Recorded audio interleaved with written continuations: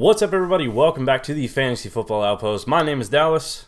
And I'm Jay. And we are back today. We are returning our segment that we did last year, which is our Dynasty segment of Gimme All That. It's basically where we go through two players, a offense as a whole, and then a either wide receiver set or backfield that we are trying to get all parts of, any shares that we can get in Dynasty. And so we've got that today. We've got some injury news, our week one reactions.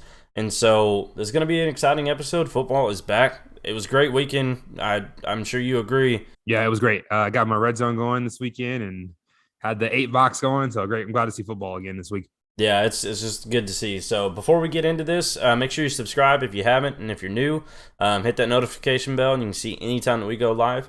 Our Twitter handles are right under us if you want to follow us on Twitter. Quick way to get to us. And let's go ahead and kick this off right into injuries. So the first one, the one everybody knows about and is freaking out about what to do behind this player is Raheem Mostert. First was going to be sidelined for a couple weeks for chipped knee cartilage. Then it was going to be 8 weeks guaranteed. And then today we find out he had season-ending surgery. So he is done. Unfortunately, one of the most explosive running backs in the NFL just can't stay healthy. It's just the nature of it. We're going to get into the reactions to this here in just a second, but let's go ahead and run through the rest of these. Next up, we got Jerry Jeudy has a high ankle sprain. He's out for 4 to 6 weeks, although I am hearing some talks that it could be sooner. But the one thing I say with high ankle sprain is, unfortunately, they get to a point where they're comfortable playing, but their performance isn't quite the same. But the examples I'm using are the obvious ones of Kamara and Saquon over the last few years. It could be completely different with wide receivers. I mean, I'm sure it is because they're used completely differently. Brandon Ayuk, hamstring, is still going on. We're going to get into that as well on how to deal with this whole situation because he let a lot of people down. And naturally, this is overreaction time to week one, so we're going to kind of tell you how to perceive what's going on there. Ryan Fitzpatrick had a hip subluxation, is the way I believe it's pronounced. It's out for 3+ weeks. My personal opinion, Cam Newton's about to be a Washington football teamer. He was completely written off as not an option because they were happy with their room, and Fitzpatrick wanted to give him the reins for the year, and Tyler Heineke as the backup to give him an option. But quite honestly, with the surprise release of Cam Newton and the fact that he knows this entire system, everybody kind of put 2 and 2 together at first, and they came out and said it wasn't happening. Now, I don't see how you don't have more of a platter just handed out to you for Cam Newton to sign. Definitely could be wrong. They did bring in somebody, I don't remember who it was, to sign just as a depth piece, but I look for Cam to be there very soon. But we'll see what happens, but if so, then don't drop Cam yet if you still have him in Dynasty. So you probably shouldn't have anyway because he's Cam Newton and will likely sign somewhere. But that being said, moving on to the next one, Michael Gallup has a grade 2 calf strain. He's out for 3 to 6 weeks. The main purpose in this is what you saw in week one from Dallas and the heavy target share going to Amari Cooper, and then CeeDee Lamb still getting his as well. It's going to continue, at least for the time being. And so we just thought this was worth noting. Again, that super high target share that Amari Cooper had is probably going to come down some when Gallup is back. So this has kind of been important. Not so much that you are starting Gallup or using Gallup, maybe in really, really deep leagues. It's more so how it impacts the other guys. And then the last two we're going to mention are a little bit offset, but they impact other things. Is the offensive tackle for the Jets, Mekhi Becton, by far, in my opinion, their best offensive lineman. He sprained his MCL. He had cleanup surgery. He's out for 6 to 8 weeks. The main takeaway from this is if you watched the Jets on Sunday, Zach Wilson was running for his life the entire game. We saw some promising signs out of him that he's got really good pocket awareness and able to get out and really good at throwing the ball on the run, but we all knew all these things. The problem is he literally did not have time to breathe. And so temper your expectations on Corey Davis. I know he had a great week, but he caught 2 touchdowns. If we can bank on that every single week, which we all know you can't, but if you could, then sure. But, absolutely, I'd still start Corey Davis going forward. But if he has bad weeks, be prepared for that because this offensive line is horrid. And then the last one is Jeff Okudah for Detroit. Their cornerback, he tore his Achilles, and he's out for the season. This is already a bad defense, and now they are a lot worse. So Start your wide receivers against Detroit. That's all there is to it. I wanted to run through all those. Jay, is there any one of these individually you wanted to comment on or kind of expand on at all before we jump into our discussions? The one that come to mind is like Terry McLaurin right now, and I guess you could say Gibson's. I don't really see him influence whoever happens to be quarterback. He's still gonna get his work in, but I am curious what people are thinking about what with McLaurin now. Maybe you could sell him right now, for someone who's in a better situation, or maybe buy him, Yeah. So just something kind of see where he's a person that's interesting me right now to figure out where his value is with the Heineke or maybe Newton, or what does that mean for Terry McLaurin? So somebody that's on my mind with the Fitzpatrick news. Yeah, in Dynasty, if this even so much as gives Terry McLaurin a glimmer of a discount, I'll take it. In redrafts, you should be able to acquire him. I mean, one that I might try to do is pair like a Robbie Anderson plus to try and go get him and see if somebody's just down on him because of the injury and the poor performance, and maybe they just went out. And then Robbie Anderson got lucky with that big touchdown. So if you're not really keeping up, then you can probably actually move him for a decent bit. But for the most part, yeah, I'm right there with you on Terry McLaurin. It's going to be interesting to see kind of how things go. I personally think he's going to get his regardless because he's just the by far talent. So any kind of quarterback's going to rely on that. But this definitely does do an uptick in Logan Thomas because he's going to be the reliable target there. And so you absolutely, between Curtis Samuel being gone and now the quarterback that's coming in not going to be as experienced as Fitzpatrick, they're going to want to rely on a reliable target, and that's going to be a big-bodied Logan Thomas. So that's kind of what I would take out of that situation there. So anything else with these injuries? No, I think that's good. Okay, so going on to just before we kick off the segments, week one reaction.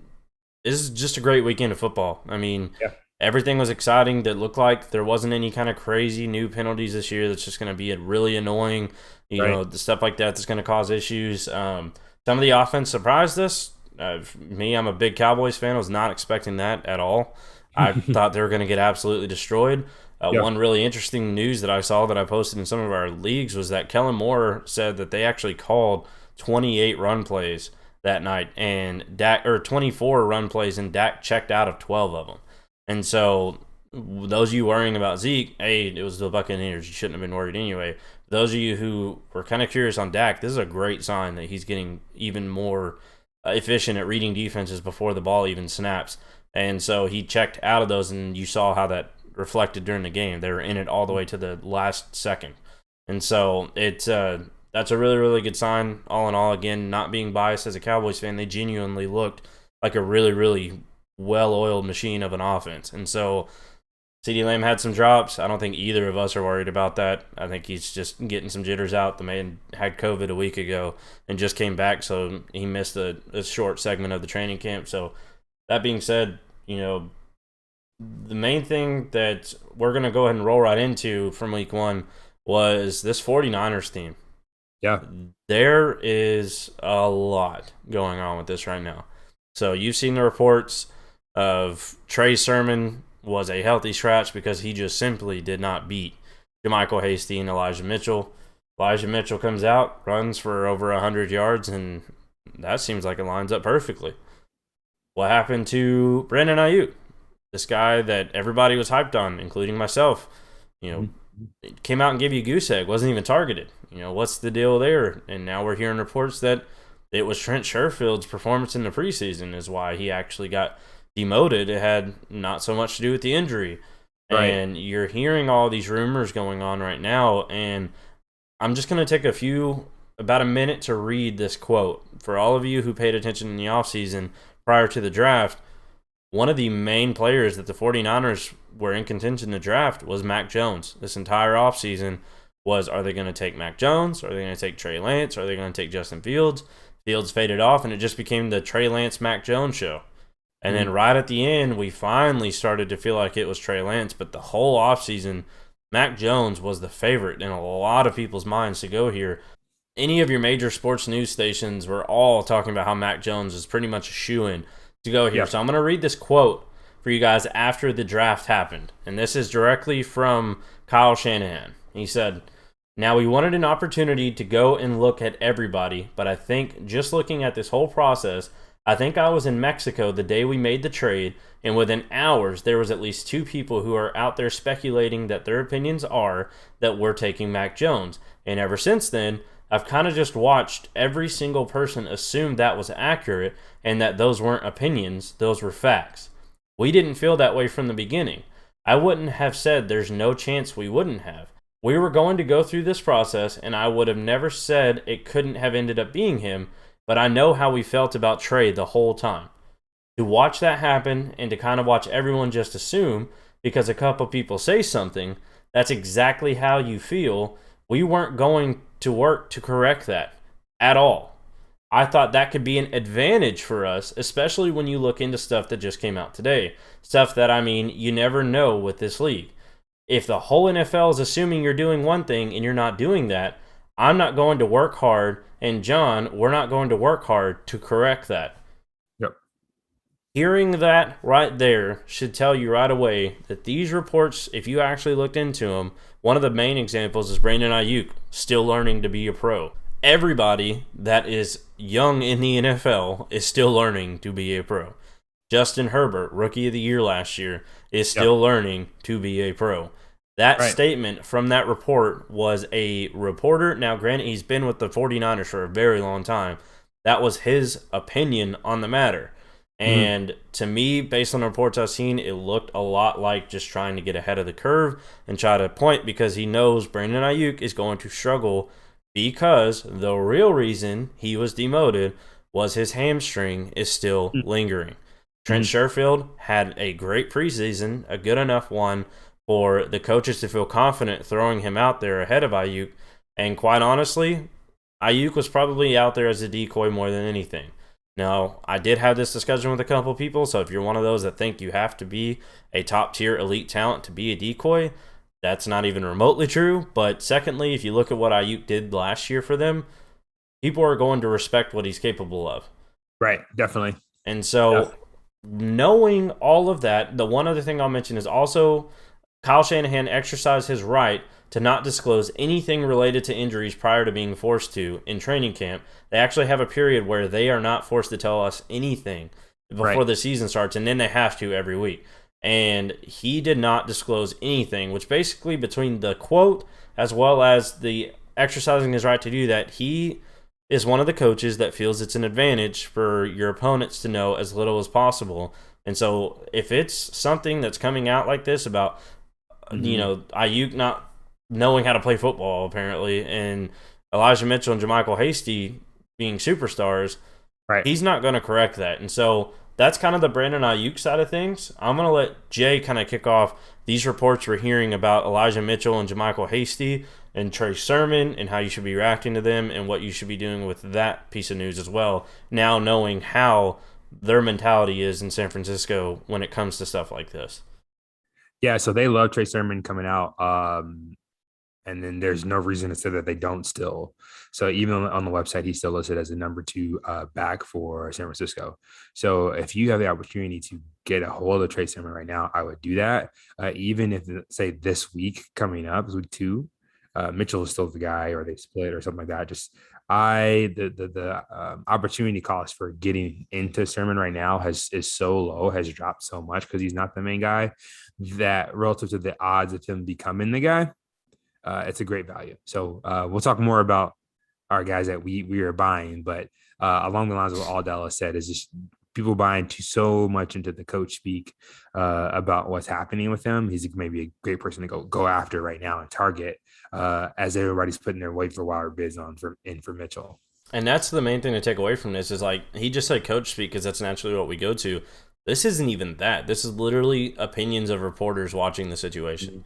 I said at no point has this been what the coaches are saying. Now, I will say this. Elijah Mitchell earned himself a role with Mostert being gone. That is for sure. This is a backfield that's going to feature multiple backs regardless. So those of you putting bids in for Elijah Mitchell, 100% warranted. Don't blame you. Quite honestly, you can go spend a large amount because where Trey Sermon is a rookie as well, he didn't get to play this week 1. He's going to have some acclimation to go with it. I Right. still, like Jay, think he's the main back. But that being said, Elijah Mitchell is by no means a waste. You absolutely should be picking him up. For sure. But tread lightly with the expectations here. He's not about to become a bell cow workhorse for San Francisco. Mhm. That Yeah. that role doesn't exist. And Yep. so again, these reports, it's got everybody worrying and scrambling. With Ayuk, just bench him until he's healthy. That's my only thing I can say about Ayuk. And once they come out and say he's 100% healthy and he's starting again, I'm throwing him right back out there with full confidence. Now, Debo looked great. This is not to take away from Debo. He stepped up. Debo does what Debo does. When he's healthy, he's a great player. And so Yeah. we'll see once Ayuk's fully healthy and back in the mix, kind of what that split looks like with Kittle out there as well. But as for panicking and just accepting pennies on the dollar for Ayuk, or trying to trade away Sermon because you're worried he's pointless and maybe somebody else doesn't know yet, and Right. you want to get ahead of the curve with Elijah Mitchell, just pace yourself, let another week play by, see what happens here. But based on the rumors and reports alone, I'm reading next to nothing into any of it. Yeah. And so, Yeah. all right, so before we get on to our segment, the next thing we're going to talk about is Detroit's offense. That caught us Yes. all off guard. Yeah, we were not expecting to talk about Detroit's offense, especially because we were so high on Matthew Stafford when he was with, and not high on Jared Goff. We had kind of pushed the Lions aside. I mean, understanding with Swift, but really it was like Swift and Hawkinson and no one else. And so, Dallas, you want to go into what surprised you about the Lions offense that you've seen so far? Yeah, I mean, my main surprise is the fact that they just didn't stop and just roll over like most of these teams that have next to no shot do. They usually just get out. They're just there. All the players know that they don't have a shot for anything. But it's clear that Dan Campbell has literally changed the mentality. I mean, a team like this had no business even competing with the 49ers, and they've got a good chemistry going. And so the one thing that I took away from it, and again, this is why I mentioned this in our RB rankings when we got to Swift, was I felt like he was somebody we were all fading and we were going to regret it. And I said, it just feels like we're a little bit too low on him. And that's because he's a pass catching specialist. And that's why we all loved him coming out of college. And the receivers here are horrible. And so it was TJ Hawkinson and who else? And so naturally, Swift is going to get his targets. Now, what shocked me wasn't so much that Jamal Williams had as good of a game as he did. Yeah. I figured he had the ability to do so if he was given the opportunity. Right. It was Swift still doing what he did coming off of the bench. Yes, And agreed. so the fact that they eased him last minute, they said, we're going to bring him off the bench, we're going to get him out there, ease him into it, and see what happens, and he still came out and got like 11 targets. Like, he is going, if you are in a PPR league, he is going to be probably one of the biggest steals of the draft this year, because he is just going to be so featured in a passing game. And we saw the exact same thing. Somebody I was big on and had him as my tight end 4 is TJ Hawkinson. I think he had 12 targets. They are going to be two that are highly, highly featured. Jamal Williams, not to take away what he did, I think obviously his output's going to come down as they start to feature Swift more, but Jamal Williams is definitely rosterable. A good depth piece. If you're really tight pinch, you can flex him. But he's more than a handcuff. I will say that. He's definitely somebody you should pick up if you need some depth in the RB room. But that being said, like, not to take away from what Jamal Williams did, what impressed me more than anything was just how great Swift did coming off the bench. And so you have that plus Jared Goff, although it was not that pretty, is going to be somebody that you can roster as well. Especially, I kind of had that feeling in a few leagues where he was buried in ADP to where I didn't care. I got my 2 quarterbacks, and I was like, well, in Superflex, I always try to get a third, and it's like he's the last fully starting quarterback that's not contending with anybody else. Yeah. I picked him up as my 3rd quarterback all over the place. It's looking like a great decision now. And so definitely same thing with Jared Goff. If you're in a Superflex league and for some reason he didn't get drafted, that's not likely, but if he didn't get drafted, you should definitely pick him up because it's 3 quarterbacks that you want to have on your team. If most people just kind of buried him and said he wasn't needed, then by all means pick him up. 1 quarterback leagues, I still wouldn't go and pick him up. But if you're in a really, really tough pinch because of needing to flex, or you may have lost Ryan Fitzpatrick as your backup, maybe Right. go pick him up, something like that. So, nonetheless, this Detroit offense shouldn't be completely ignored. Wide receivers, I really don't care for any of them here. Tyrell is the only one I was kind of excited for, and he got hurt. I mean, I think as the season goes along, Amon-Ra St. Brown's going to turn into something, but right now I'm not, Yeah. not Agreed. worth anything in redraft. Dynasty, sure, but because we just don't know yet. But yeah, I'm loving what I'm seeing out of Swift and Hawkinson. So Yeah. it's Mm. like I said, these bad offenses always produce great players, Yeah. somewhere. And so, and one thing we didn't mention, but it kind of falls hand in hand with this on bad offenses producing a really good player is Houston, Brandon Cooks. I mean, that's Jay was saying it. I was like, I said he's a wide receiver 3, but I mean, he coming out and doing what he always does. My main thing with Houston is Tyrod looked way better than I thought he would. The whole Mm. team had a flow to it way better than Yes. any of us expected. Very And surprised, but I know again. yeah, I'm high on Brandon Cooks. I take that, but I was very surprised by yeah. Houston's offense as well. I thought this was going to be a highly race for Spencer Rattler between Mm. Houston and Detroit, and Yeah, now it's looking like Atlanta's first in line. So we'll see yeah. what happens. Both of those impressed me more than Atlanta did, but we'll Well, get into that a little bit more that's later. oh. You might have been hinting on Yeah, something we're talking about later on. we'll get into that a little bit later. But that being said, so last time we're going to go over these rookie quarterbacks. Jay, who do you think stood out the most to you? For me, it was Mac Jones. Yeah, I think there's those two levels of responsibility. I mean, the Lawrence, Wilson, and Mac Jones, like, hey, here's your team, let's go. And then the Fields and Lance, it had a little bit of a sit back watch. And so I think Mac did great. Trevor had a rough game, Mhm. but really going into that role between him and Zach Wilson, I liked the guys who just had to take over. So I think Mac was the most successful. Yeah. But as you mentioned earlier when we talked about Becton. Zach Wilson looked well. He's Oh, just yeah. running for his life. So yeah, any of those guys I thought looked great. I thought Fields, we're huge Fields fans. Hmm. He looked good when he was out there. We'll see how that looks going forward. Same thing with Lance, right? Yeah. It looked fine when he was out there. But like, how are they gonna do that every week? What's the strategy for that? So I'm just excited to just keep watching these rookies and see what they do. Yeah, I mean, my early pick going into the season for Rookie of the Year was Zach Wilson, just because I Mm, believed in his ability and I figured he had the workload for the full year. And the only two we thought had that was Trevor Lawrence and him, but Mac Jones got it surprisingly out of nowhere a week before the season started. mhm. And based on what we saw in week 1, I would not be shocked that Mac Jones wins it strictly off of having the most successful team. The Patriots Yeah, look like they're going to be better than both the Jets and the Jaguars. for sure. Um, as much as I would love for Justin Fields, who I believe is the best quarterback out of them all, to get it, I just don't think he's going to start in time to be able to match the numbers that you see from these guys who are starting the full season. Especially you Right. look at Trevor Lawrence. I mean, he's still got a very good chance of getting it if he cleans up the interceptions because, I mean, Mhm, he threw the ball so many times, and so mhm. he's going to have the numbers to match it as long as he can tighten up things. The only thing I saw from Trevor Lawrence that worried me was, well, it was Houston, you know, struggling that hard, but he did have a lot of drops from his receivers, and so I'm going to cut him Yeah, some slack there. The only thing I'm going to pin on him was that one interception was just bad. yeah, But Zach Wilson had one too, so I'm not going to just apply it to one and not the other. Zach Wilson had one where he threw it straight to the linebacker that he just didn't see, and so yeah. And Trevor we're Lawrence really just giving these sailed. guys Yeah, giving these guys credit. I mean, getting out there in your first NFL game, real not preseason, real yeah, defense, real speed from college. I mean, they all played pretty well. yeah. They definitely had some mistakes, but I mean, you think about our rookies from the last couple of years, even Herbert last year.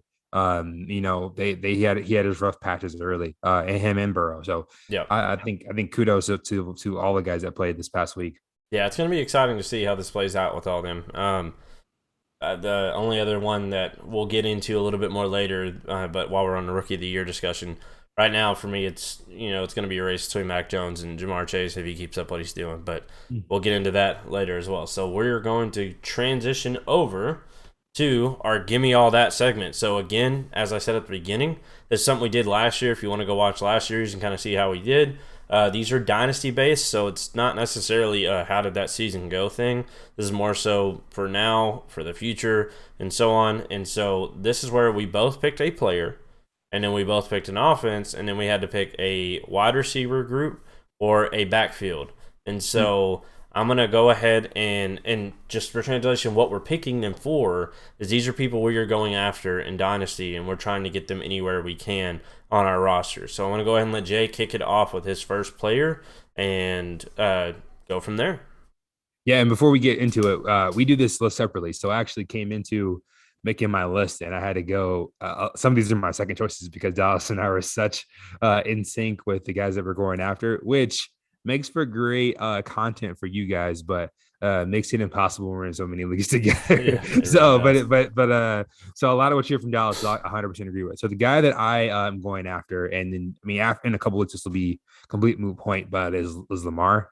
I mean, his value is pretty high either way, but after the game against Las Vegas, he just didn't look very good. And so any kind of damper, especially with the question marks around him, is an extension. It just makes people wonder, is he really worth it? And really, that's the time for a talent like him. That's the time to go get him. I mean, I don't know if he'll had another bad game like that, because even if he does, it'll be after a couple of games. So people will say, well, no, it's Lamar. He had a 4 touchdown game. So right now, there's a lot of question marks around him, and this is a great time to go after him. So that's one of the guys I'm looking at. But the guy who Dallas has, I mean, I'm trying to get just as much. So who's your quarterback? Yeah. So my first player that I had was Justin Fields. I mean, he's somebody that we've both been banging the drum on all offseason. Again, just to reiterate kind of my whole process with Justin Fields. In college, I'm a Texas Longhorns fan, and I'm also a Kentucky Wildcats basketball fan. I've supported the opposite in the opposite sport.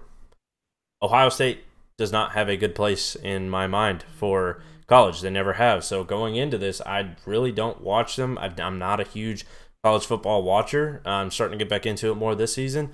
So I didn't really have any expectations for Justin Fields other than he was a name that I knew and I've known for years, but didn't know really what to get in, what I was expecting, what to expect when I got into it. And his film, I fell in love with him. Watching him play, he checked every box for me as somebody that's going to become a superstar in fantasy football, in real football too, in my opinion, but fantasy football especially. And so then, as the offseason went along, I went ahead and had him graded out based on film, even with Trevor Lawrence. I could not find a reason to put one above the other. And so it came draft time. I was like, okay, time to see. I know Trevor Lawrence is going to Jacksonville. I'm not a fan of that situation. But if Justin Fields ends up in the Jets, I'm going to prefer Trevor Lawrence. And he didn't. He slipped for literally no reason. The reasons have all been debunked because they were none accurate. If you, like I said in the last episode, if you've watched the movie Draft Day, it was an example of that where one team passed and they all were like, well, we didn't look into him nearly as much as they did. If they're passing, we're passing. Chicago Bears saw that and basically said, okay, we can't let this go anymore. And so they traded a significant amount to go move up and get him. And they were put in a position where they just acquired Andy Dalton, and they're really not contenders. I mean, technically, they've got a good enough defense to get there, but they're kind of middle of the road to where they can get away with not forcing Justin Fields to go out there immediately. And so all of these things for me, especially on a dynasty standpoint, are checking boxes of they're setting him up for success. And that is a good sign because this is not something you typically see out of Chicago. It's just been a nightmare when it comes to a quarterback situation, but the rest of the team has been fine. Immediately loved his situation more than Trevor Lawrence's, and that had him as my favorite quarterback in fantasy from this class. Yeah. And so because of all that, and because of his ability and his mobility that's being added, I see a lot of people talk about the whole, well, Trevor Lawrence had more rushing yards than him last year. Trevor Lawrence also played more games than him last year. He was in the Big Ten, and he was the one who started the petition for them to even play the season and got everybody to sign. And so between they played like 5 games last year or that year or something like that. Yeah, I think it ended up being a total of like 10 when you count the playoffs, but it was not the exact same. And he just, for one, that was a good sign right away that he was the one who put the petition together to try and get stuff done. I mean, he's not afraid to take the step to do something that's the betterment of the people around him and not just himself. And then the next, all you hear from all the teammates and all the coaches is this guy has it. And we all know what what we're talking about here. There's Mhm. really no way to put a number on it or to put a metric reading on it. They just have that thing that makes them different, that makes Yeah. them talented. And those are the guys who end up turning into your superstars. Yeah. And all of his teammates talk about, he just immediately comes in with uh, just it fires everybody up because you see how much of a pro he already is and how much of a leader he already is. And so to me, every single box that you could possibly want, he checks. And so in Dynasty, he by no means is cheap. He's not cheap at all. But I don't care. I've gotten to the point with him where I'm trying to get him anywhere I can. And the only places that I can't get him at are ones where Jay already has him, or in most cases, it's the other way around. Jay can't get him anywhere because I have him in almost every league. Or it's somebody else that knows how talented he is and is not willing to move him, even if you pay, because we haven't seen his upside yet. And Yeah. so for me, Justin Fields is by far one of my favorite players to roster and to go after in Dynasty. And redraft, even, I picked him up on my home league this year just because I believe in his ability that much, that once he gets the nod, he's going to be the guy and he's going to be great. And Yeah. so you keep hearing all the talk about Trey Lance, about immediate league winning upside and can immediately impact your fantasy team. I don't see that from Lance at all in year one. Justin Fields is somebody I saw that out of immediately. He's going to get in, he's going to put in work, and he's going to make everybody around him better. I'm full steam ahead on Justin Fields. Yeah. I don't know if there's anything I didn't say that you want to say. Nope. I've Covered it. got the Justin Fields speech down, and so if there's anything else you want to add, go right ahead. But if not, you can go ahead and move on to your player two or players in your case. Yeah. So we mentioned earlier the question mark with the 49ers backfield. And so that actually leads me to the player is Trey Sermon. Um, Again, earlier, if you're in a league with me, I probably already have Trey Sermon. So you guys can ignore this message. But definitely the time to buy him, especially if you believe in him. Essentially, drafting him in the early second or now is probably the cheapest that he will go, because even shortly after the bulk of the rookie drafts, he started going into the back end of the first. So with all the question marks about Elijah Mitchell, him not playing there, as soon as he hits the field, maybe if it's this weekend and he goes off, that price is out the window, because all of our statements about, oh, the 49ers offense, the run game, the blah blah blah, Shanahan, if Sermon goes off, I mean, he won't give that job back. So and I like Mostert a lot, but if that's the guy that you're into, this is the time to do that. And the same conversation goes with the other guy who I have with a slash is Michael Carter, because right now they had this weird backfield split. I saw he had some carries last game. I didn't think he would even play in the first game. I knew they were kind of working a couple guys around, and he played. I have to look back at it, 40 something yards or something, nothing substantial. But I think he's the most talented back there. And so I learned last year and the last couple of years that the rookies that start slow, that's the time to get them. I mean, Justin Jefferson last year, we were like, it's we thought he was good, but we'll see how the first couple of games go. And then boom, he had found that rhythm. And then, I mean, here we are. So I don't give up on the rookies early on.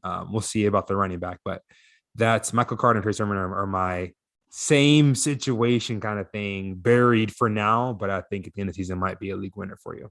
Yeah, and both of these guys, I'm just going to add, are definitely you want to get right now, because if you wait till after these next games coming up, for one, I think Trey Sermon somebody is going to be almost unacquirable after this next game. But Michael Carter, for one, again, to expand a little bit more on what we were talking about, this offensive line is horrible. Mm-hmm. They are not running the ball. They're not going to be able to have any success running the ball. And so they're going to need somebody that can be out there and pass catch and block. And so you're going to start seeing, as the season goes along, more and more Michael Carter. Again, in redraft, I don't know if he ever reaches a point where he's got a ton of value this season. Yeah. But the point being is he's going to be the name that people see. He's going to have, I mean, he's got the talent, so he's going to have a few really good games where he takes a catch to the house or just gets targeted a ton of times as they try to make adjustments to make this offense work with a horrible offensive line. And so both of these guys' value are only going to go up, and so you definitely want to get ahead of the curve and get in and get them now. Especially Trey Sermon with all this Elijah Mitchell stuff. Again, I like Elijah Mitchell based on that game. He was somebody that I had heard some reports and a few. I'm sorry I can't give you credit because I don't remember who it was, but there were a few analysts that were talking about on Twitter at least about how Elijah Mitchell was somebody that they really liked and think people are burying for no reason. So Elijah Mitchell has the talent. Definitely did not have the capital. He's a 6 rounder, but has the talent. But way he played has people terrified of Trey Sermon right now. And so, like he said, this is the cheapest he's probably been since the draft. And so you definitely, and even then, the draft, he's starting to get more expensive as we got closer. So definitely want to be getting both of these guys. And then to keep the trend going with these rookie running backs, my player number 2 that I have is Devonta Williams. Devonta Williams is somebody that has a very similar story to Justin Fields for me, so I'm not going to get into as much of a depth, but there's parallels where I started watching the film, and to me, there wasn't anything he couldn't do. He, running-wise, there's nothing that Najee Harris could do that he could not. In some cases, he looked better, but Najee has a significant size advantage to him, and he's a better pass catcher, so obviously Najee's your one out of this class. I, however, from day one, have had Javonte Williams as the second best running back out of this class. I know recency bias would be like, oh, well, you're just saying that because Travis Etienne is injured. I've had him ahead of Etienne. I really wasn't that big on Etienne, especially his landing spot. I like him, but I think he was a wait till next year kind of player from the start.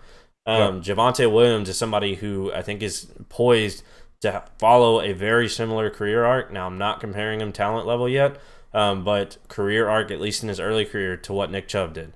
Nick Chubb got started. I don't remember the 2 running backs. One of them was Carlos Hyde, but he was just buried on the step chart in the Browns. And, he came in, had some carries, looked good when he did. And then as the season went along, I remember they made that announcement that they traded Hyde to Jacksonville. And I immediately went and picked up Nick Chubb. At the time, I was in a league that didn't have any kind of restrictions and fab and anything like that. So I benefited being the person who was on their phone all the time. And so that's why you should have fab in your leagues, guys.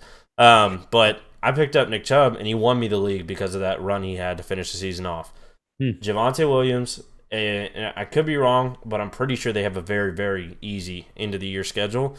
And Javonte Williams, what a lot of people aren't noticing because Melvin Gordon was the one who had the breakaway 70-yard touchdown, actually had 3 more carries than Melvin Gordon, and that was just a start. This is a rookie running back that they're going to be working more and more and more into, and to me, he's a league winner in redraft, but in Dynasty, because of him struggling in week 1, and I say struggling, he didn't have a amazing week 1, and his teammate had a huge play, so all the hype is on Melvin Gordon right now. Devonta Williams is being viewed as somebody that's not going to be good for you till next year anyway. In Dynasty, and so his price again is lower than you would expect, but he's somebody that even asking price I've been getting Javonte everywhere I can, and now you do have that glimmer where his value might be slightly lower, and so if you're in redraft, go get him right now. But if you're in Dynasty, same thing, go get him right now, but there's a lot more at play in Dynasty. You have draft picks and stuff like that you can move for it, so it makes it a lot easier to acquire somebody like him. But that being said, just like he is with Trey Sermon, I'm right there with Javonte Williams. Go acquire him everywhere you can. So next up, we've got offenses as a whole. This is what we started to get into a little bit. I actually, just for some pre-context on this, I had as one of our discussion points this team's offense being bad. And then I seen him have them as an offense that he wanted all of. And so I'm going to let Jay go ahead and make his case for this one. And I'm just going to step back. And so here we go. So we usually with our Gimme All That segment, as you hear with Dallas' team, it's a team that is crushing it. I mean, they're just great. And Atlanta is not that. They looked terrible. But the thing is, they have 2 guys that I think are phenomenal. Are phenomenal talents, Calvin Ridley and Kyle Pitts. And so when we looked at Pitts' targets, we've got 8 targets last game. And he wasn't really able to do a ton with them, but it wasn't really that Kyle wasn't being great. Just Atlanta just looked bad, and Matt Ryan did not look good. And so, really, when I'm looking at the guys I'm going after, I mean, Kyle Pitts' price is insane. It's always been insane. But what you similar to what we said about Lamar, right? If there's question marks about a player, or you're not sure about what they can do, their ability, and then in that first game, the things that are the question marks happen. So they struggled, they didn't have a good offense, they're not going to win. That puts a damper on how Kyle Pitts helped you win the championship this year, which in the end maybe not. And so that opens up a really small window for you to maybe go after that guy. Same thing with Ridley. Ridley was untouchable after the Julio trade because he was Dynasty wide receiver 1 or something to some people. And you see that the game he had, it allows you a chance to get them. And so really, if you're thinking trying to win a championship in 22 next year, as Dallas kind of hinted to earlier, if Atlanta looks this terrible and they go get a quarterback next year, they go get Radler. I mean, here's your offense, Radler, Pitts, and Ridley next year. Yeah. I'm on board for that. And so really, so they don't look good right now. And so, I mean, you're not really hopping on a train that's moving fast. You're really just getting on a train a year early. And guys that are typically a little bit unapproachable. And Pitts is expensive. I mean, let's not be silly about it's not this huge dip in price, but it does give you a little bit of space to maybe try and go acquire those guys. So that's why I have Atlanta, which seems kind of counterintuitive based upon how Dallas is going to describe the Rams, which I totally agree with. But that's the logic behind looking at that team as a team I'm going after. Yeah, with Pitts, you might actually be able to get him for Kelsey in a first now. No, all jokes aside, now from that perspective, I do see what you're saying with Atlanta. Like, they looked awful, and so the price and the availability of these guys are becoming available, and so I get that. Yeah, that makes a whole lot more sense. I was under the impression this was, hey, these guys are about to take off, and I'm like, Matt Ryan genuinely looked horrible to me, and so. But moving on to one that's not so gloomy and not so for the future. This is for right now. My offense I chose was the Rams. Again, like Jay said, this is one of those where I had my list filled in before he did. They were the clear pick for this specific category.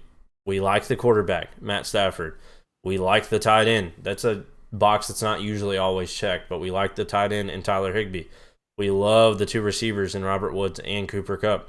A little surprised as to which one's the one standing out. And, I was definitely wrong if it continues to be that way. But again, same old, they're both going to be valuable. And then running backs, Darrell Henderson is absolutely a solid RB2 that you can get for most cases as an RB3. And so this whole offense is one that you want to have the pieces of. Matthew Stafford, to me, it blows my mind because he did as good as he did and didn't look as good as he's going to get. Mm-hmm. And so that, to me, has me really excited for what we're about to see here. I actually just made a trade for Matthew Stafford. There's a lot more involved in it, but it was in a league where I was kind of teetering on if I'm going to contend or just go ahead and hit the rebuild. And we had somebody that, had the week 1 where they just didn't like what their team looked like against all the other teams and said, you know what? I'm going to rebuild. Matthew Stafford is one of their players they put on the block.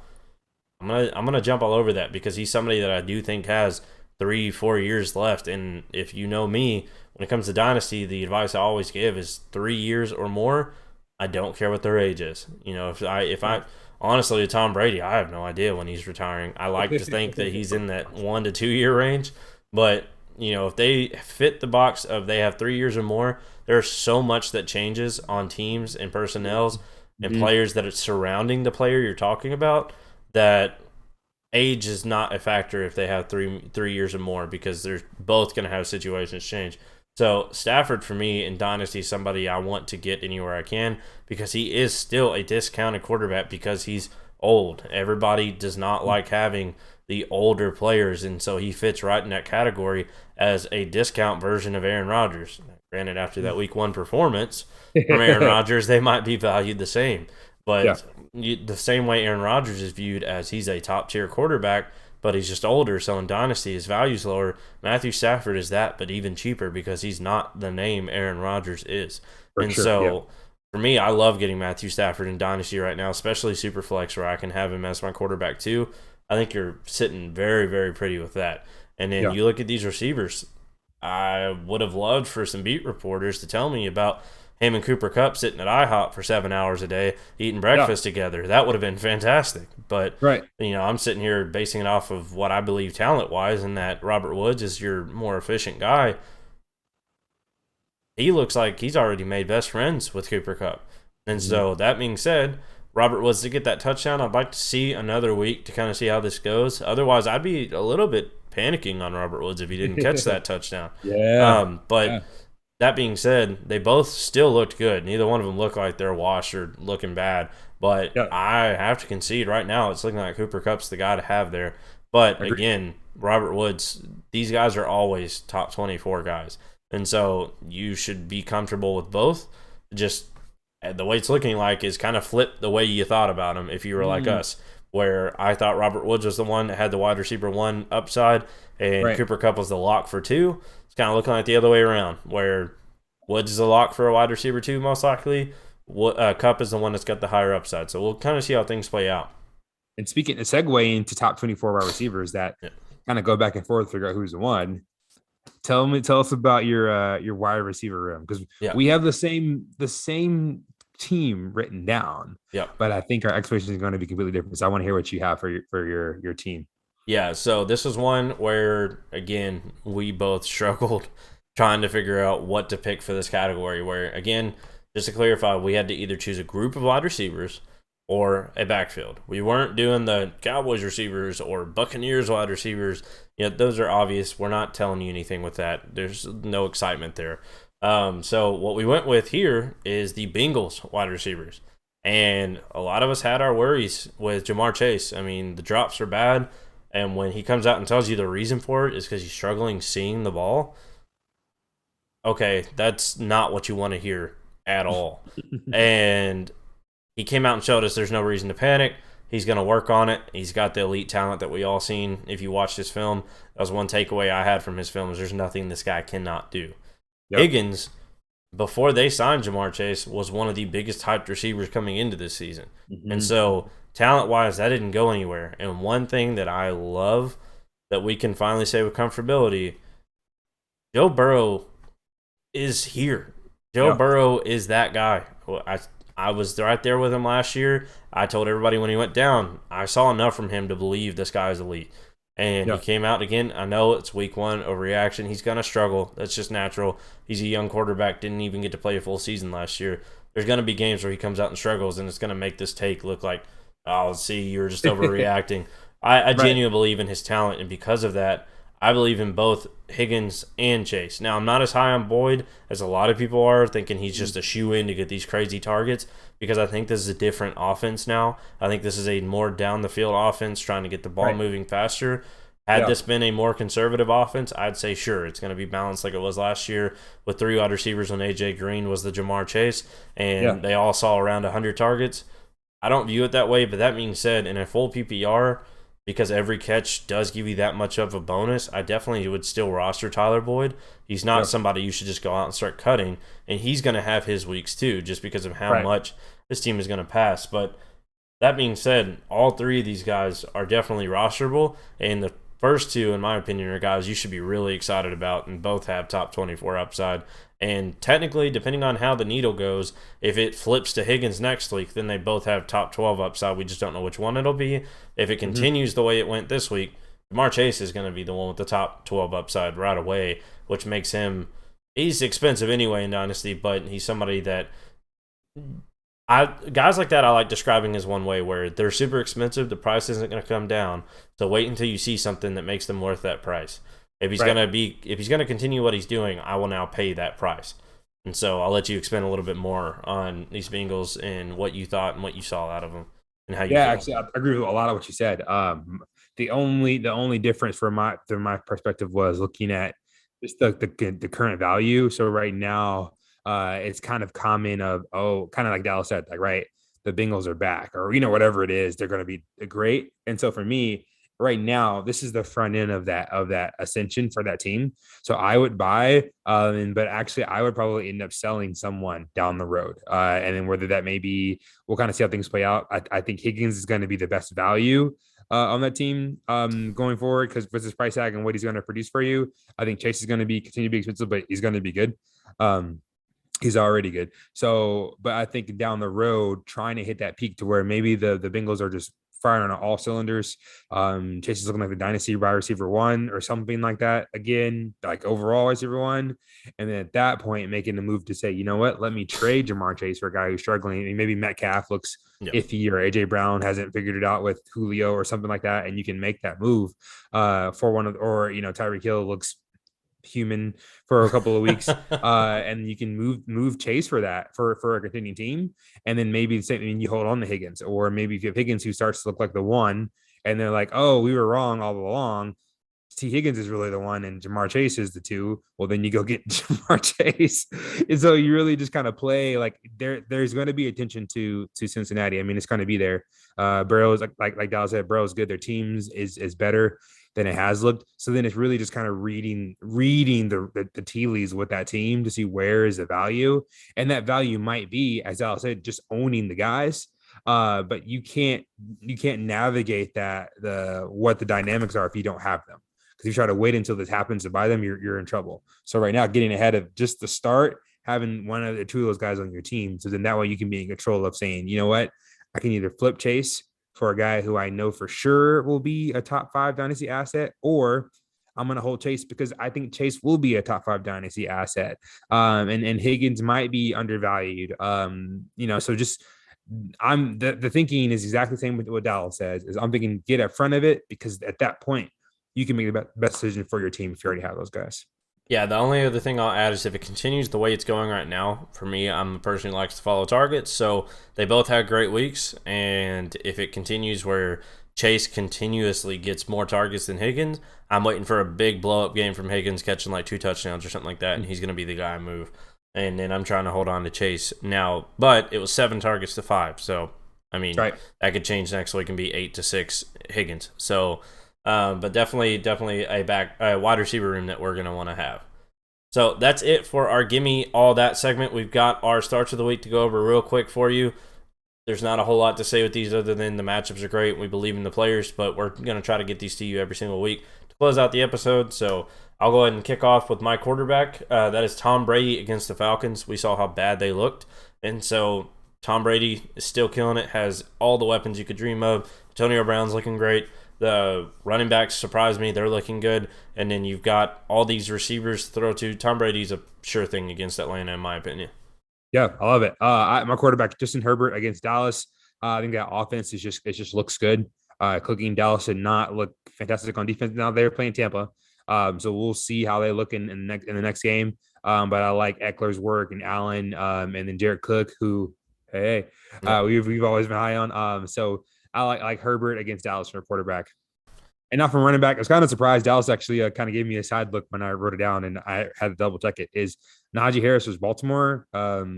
So he didn't look great the first week, and it's Baltimore. So like that doesn't make sense on paper. It's kind of contradictory. But when you look at how Baltimore played in against the Las Vegas game and how much Najee got the ball last week, even though Pittsburgh looked trash. If they'll turn it around, the offense look better. Baltimore did not look great. I think he's a guy that if you drafted Najee, you're playing him anyway. But if you're debating back and forth, he's kind of on that back end RB1 probably ranking right now. He's a guy I definitely look at pushing up and getting him out there. Yeah, and they played Buffalo, so I mean, temper your expectations on like how bad he looked last week.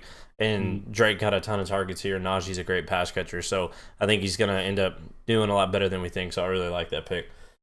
My running back start of the week is Antonio Gibson against the Giants. I think especially with all the question marks going on in Washington right now, Antonio Gibson's the one that I'm not questioning. I think he's going to come out and have great carries. He's going to be really, really heavily used in the passing game, regardless of who ends up being the one throwing the ball. So Giants are not that great of a defense, and so as much as we thought they actually were going to be, they did not look that good at all last week. So unless they turn everything around and make me eat my words, Antonio Gibson is my start of the week at running back.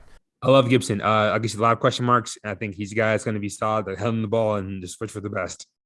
All right, my start of the week at wide receiver kind of pairs with his quarterback is Keenan Allen against Dallas, primarily because we saw how bad Anthony Brown looked. Now, granted, it was against Antonio Brown, but the slot corner is not that great here. I do really like Trayvon Diggs, but he's not going to see Keenan that often this game because Keenan is somebody that likes to move in and out of the slot.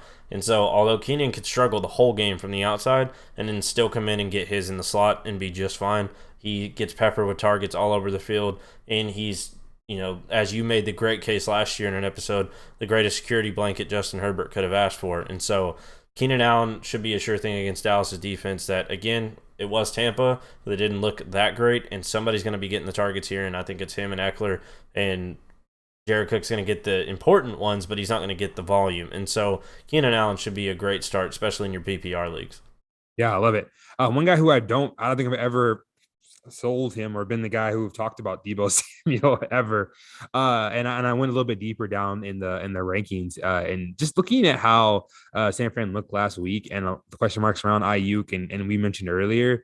I think he's a guy that is a good value against Philly.